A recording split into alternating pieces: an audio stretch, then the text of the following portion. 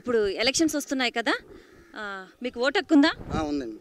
ఉందా? ఎవరికి ఇద్దాం అనుకుంటున్నారు ఓటు? మేము ప్రభాకర్ గారికి వేద్దాం అనుకుంటున్నాం. ప్రభాకర్ గారు ఎవరండి? ప్రభాకర్ గారు చింతమనేని ప్రభాకర్ గారు అంటే ఏం చేస్తుండ?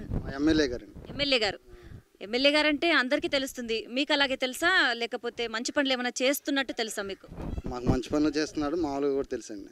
చెప్పండి, మంచి పనులు ఏమేం చేశారు? మొత్తం ఊరు మొత్తం శుభ్రంగా చూసుకుంటారండి. డ్రైనేజీలు వేస్తున్నారు, రోడ్లు పోస్తున్నారు.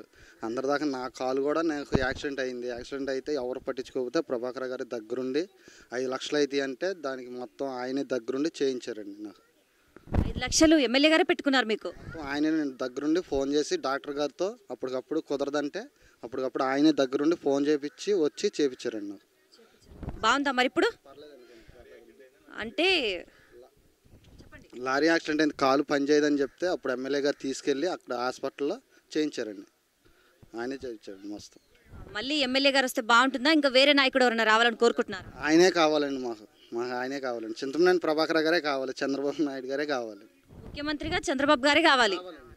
ఓకే, ప్రజలందరూ అలాగే అనుకుంటున్నారా? అందరూ అలాగే అనుకుంటున్నారండి. ఓకే అండి, ఓకే. ఇదండి వీళ్ళ అభిప్రాయం.